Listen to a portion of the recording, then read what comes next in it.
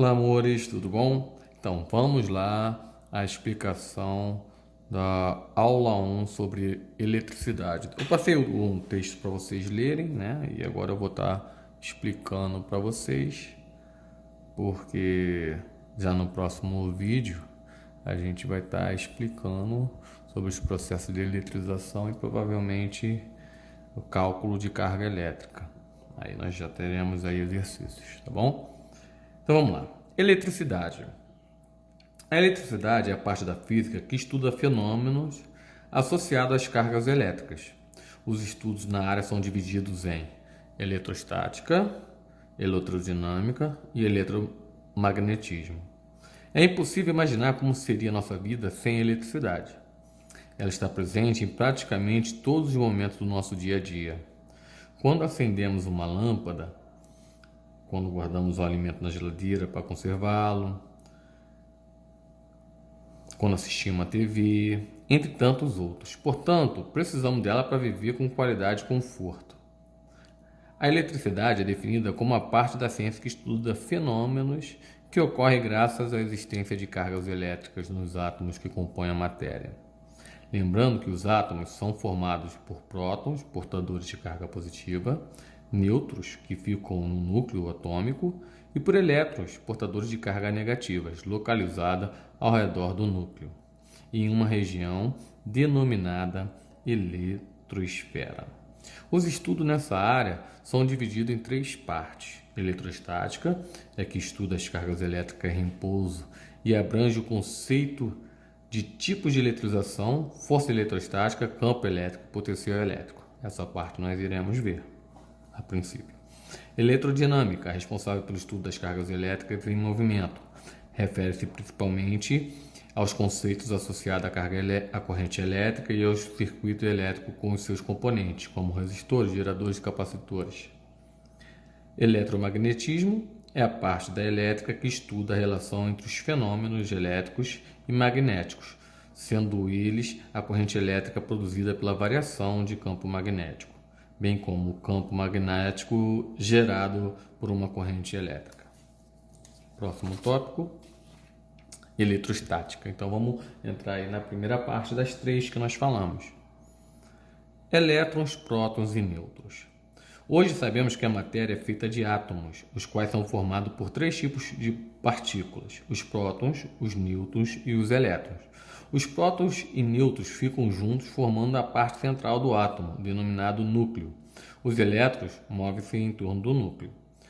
O número de prótons e o número de nêutrons do núcleo é variável, porém, em qualquer caso, em um átomo, o número de prótons é igual ao de elétron. Fazemos uma representação de um tipo de átomo de hélio, o qual tem 2 prótons, 2 elétrons e 2 nêutrons. Carga elétrica. A experiência mostra que entre 2 elétrons existe um par de forças de repulsão, elas se repelem. Entre 2 prótons existe força de repulsão, também se repele. E entre um próton e um elétron existe um par de forças de atração. Eu vou explicar isso no decorrer, tá? Eu já vou voltar para isso. Para explicar esses efeitos, nós dizemos que os prótons e elétrons têm prioridade chamada carga elétrica. Então, num átomo, quem tem carga elétrica sempre vai ser o próton e o elétron. Tá?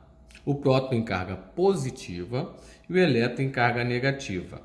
Então, isso ajuda a explicar o fato de o porquê dele estar se repelindo. Tem uma frase que eu sempre digo que ela foi tirada da física.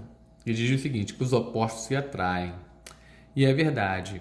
Aqui o que ocorre é o seguinte, sinais opostos vão se atrair e sinais iguais vão se repelir. Por isso que o elétron que tem carga negativa, os dois são negativos, sinais iguais vão se repelir. Os prótons têm carga positiva, sinais iguais vão se repelir. E um próton e um elétron, eles têm cargas opostas, um é positivo, outro é negativo. Eles vão se atrair. E é por isso então que acontece isso aí, ok? Então, o próton tem carga positiva, o elétron tem carga negativa. Então, próton, carga positiva, elétron, carga negativa. Vocês vão ver mais à frente que os dois têm a mesma carga, com sinais opostos, que vai ser 1,6 vezes 10 a menos 19 Coulomb, tá? E eu vou estar falando sobre isso para vocês, inclusive sobre o Coulomb, né, que é o nosso SI. Toda vez que a gente estiver falando de elétron, a gente vai estar representando ele com um Coulomb, ok? Então, a carga elétrica do nêutron é zero, pois o nêutron não atrai nem repele prótons ou elétrons. Ele não tem, o nêutron, ele não tem carga. Ele não é nem positivo nem negativo, o nome já diz, ele é neutro, tá? As forças elétricas exercidas por um próton têm a mesma intensidade que a força elétrica exercida por um elétron. Por isso se estiver à mesma distância, tá? Por isso, podemos dizer que em módulo, o próton e o elétron têm cargas elétricas iguais. Lembrando o que o módulo faz? O módulo, ele é um número sem sinal, né? Por isso que eles são iguais, porque na realidade, se eu tirar o módulo, eles têm cargas, eles são opostos, né? Um é positivo, o outro é negativo, mas com o mesmo valor. Então, um será positivo com 1,6 vezes 10 a menos 19 Coulomb, que é o próton, e o elétron já vai ser negativo, que é menos 1,6 vezes 10 a menos 19 Coulomb. A carga elétrica do próton é chamada de carga elétrica elementar e é representada por E. Portanto, a carga elétrica de E é menos E, porque ele é negativo. O valor da carga elétrica elementar. A carga elétrica elementar é de 1,6 vezes 10 a menos 19 Coulomb. Mas se eu perguntar, então, qual é a carga elétrica do próton, será ela positiva. Carga elétrica do elétron será esse valor negativo, por isso que está aqui menos E, ok? Vou estar agora explicando aqui, fizemos a leitura, e eu vou tentar explicar aqui da melhor forma possível para que vocês possam abrir um pouquinho mais a mente. Eu vou fazer aqui um átomo, ele tem um núcleo. Dentro desse núcleo, então vou chamar aqui de núcleo. Dentro desse núcleo nós temos o que? Nós temos prótons e nós temos elétrons. Prótons. Nós temos prótons e nós temos nêutrons. Ok? Isso é no núcleo. E o núcleo é fixo, ele não se mexe. Quem vai estar se movendo aqui por fora vai ser os elétrons. Então, aqui vai ter um elétron, tá? O elétron ele se move aonde? Ele se move na eletrosfera. Então, aqui é o elétron. Aqui vai ter elétrons e ele se move na eletrosfera. Então, se eu perguntar para vocês, o que um átomo é composto? O átomo é composto de núcleo. Dentro do núcleo nós temos prótons e nêutrons, que eles não se movem, não saem, não são retirados ali de dentro. E na eletrosfera se movem os elétrons. Como é que funciona?